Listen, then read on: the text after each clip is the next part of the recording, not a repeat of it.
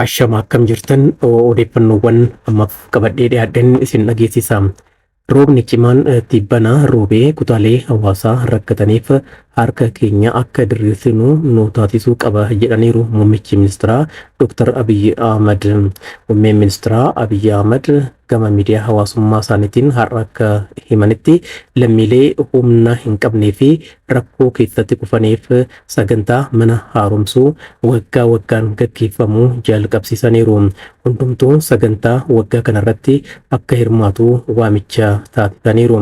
Dr. Abiy waggoota darban keessatti magaalaa Finfinnee keessatti hojii tola ooltummaatiin manneen jireenyaa lakkoofsaan 8,000 ta'an akka ijaaramanidha kan ibsan. Kan baranaa wanni adda taasisu haadha warraa isaanii Aadde Zinaash Taayyachoo wajjin argamuudhaan manneen jireenyaa harka qalleeyyii naannoo Awwaaree jedhamutti argamu haaromsiisuu jalqabsiisuu isaaniiti.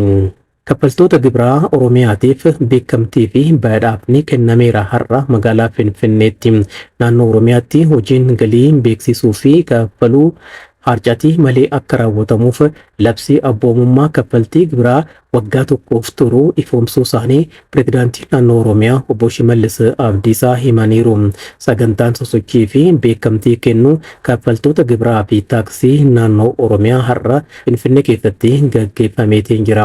Saganticha ilaalchisuudhaan pireezidaantii Shimallis ergaa dabarsaniin akka jedhanitti kaffaltoota gibiraa amanamummaan gibira isaanii beeksisanii fi kaffalan 129f beekamtii kennuun ambaasaaddara kaffaltii gibiraa naannoo Oromiyaa ta'anii akka tajaajilaniif amaanaa kennaniiru. Naannoo Oromiyaatti hojii galii beeksisuu fi kaffaluu harcaatii malee akka raawwatamuuf labsii abboomummaa kaffaltii gibiraa waggaa tokkoof turu ifoomsuu isaaniitti pireezidaantichi kan himan.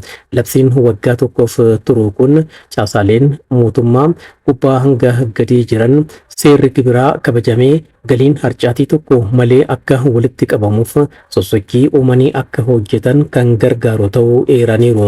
Ambaasaaddoroonni gibiraa har'a itti gaafatamummaa fudhatanis milkaa'ina kanaaf akka hojjetan abdiin guddaan kan irraa jiru ta'uusaa pireezidaantii Shimallis himaniiru.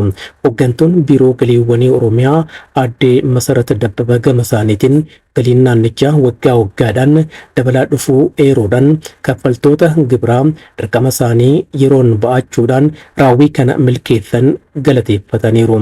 Dubartoota magaalaa Finfinnee 15,000 caalan wajjin har'a galma barkumeetti mari'atameera. Kantiibaan bulchiinsa magaalaa Finfinnee Aadde Adaanech Abeebee dubartoota magaalaa Finfinnee waliin har'a kan mari'atan. Marichis mata duree badhaadhina dubartootaaf dubartoonni badhaadhinaaf jedhuun kan gaggeeffame akka ta'e beekameera. Hirmaattonni marichaatis dubartoota ga'umsuudhaaf hojiileewwan hojjetaman jajjabeessaniiru. Waltajjii kanarratti dubartoonni gaaffiiwwan garaagaraa kaasaniiru. Kanneen humna hin qabne fayyadamtoota isheetiif maaltu yaadame bara teeknoolojii waan ta'eef haadholiin teeknoolojiin akka bitanii gurguran leenjiin otoo kenname bakki tursiisa daa'immanii naannoo hundattuu otoo ijaaramee dubartoonni fayyadamtoota damee siyaasaa fi hawaasa dinagdee akka ta'aniif hojiileen eegalaman cimanii akka itti fufaniif gaafataniiru. Gaaffiiwwan dubartoonni magaalaa Finfinnee kaasan hedduudhaaf kantiibaan bulchiinsa magaalaa Finfinnee Aadde Adaanech Abeebee tartiibaan deebii akka kennan beekameera. Marii kanarratti dubartoonni kutaawwan magaalaa Finfinnee 11 keessaa walitti baba'an kan lakkoofsaan 15,000 caalan akka hirmaatan gabaafameera. Umarratti magaalaa Baatuu ilaalchisuudhaan ergaa pireezidaantiin mootummaa naannoo Oromiyaa obbo Shimallis Abdiisaa dabarsaniin isinitti hima. Magaalonni keenya iddoo jireenya hawaasaa idilee qofa ta'uurra darbee damee hojii murtaa'een fakkeenya ta'uutu irra jiraata jedhan pireezidaantii Shimallis. Galmoota gurguddoo badhaadhinaa keessaa tokko hawaasa magaalaa jiraatu baay'inaan horachuu fi magaalota hawaasa keenya fakkaatan ijaaruu kan jedhudha. Gama kanaan magaalonni iddoo shaakala hojiilee garaagaraa osoo hin taane akkaataa qabeenya uumamaa isaaniitiin amala hawaasa magaalaa fi naannoo magaalaatiin akkasumas carraawwan qaban irratti hundaa'uudhaan damee hojii murtaa'an muraasan fakkeenya ta'uu qabu jedhan pirezidaanti Shimallis.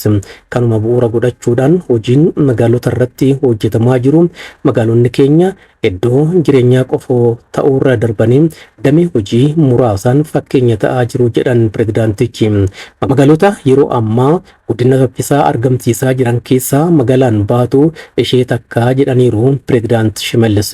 Sulula Qinxaamaa guddicha baha Afrikaa keessatti kan argamtu Baatuun magaalaa iddoowwan hawaasa turizimiif oolan hedduu qabduu fi qabeenya uumamaa fi haala mijataa hojii qonnaa investimentii fi industiriin badhaatedha jedhan. Magaalaan Baatu haroo Dambal dabalatee odoloowwan hedduu daawwannaaf oolan kan qabdu yoo taatu iddoowwan ga'umsa turizimii jiran biroo babal'isuu fi misoomsuun magaalaa tana gama turizimiin fakkeenya taasisuudhaaf hojjetamaa jira jedhaniiru pirezidaantichi.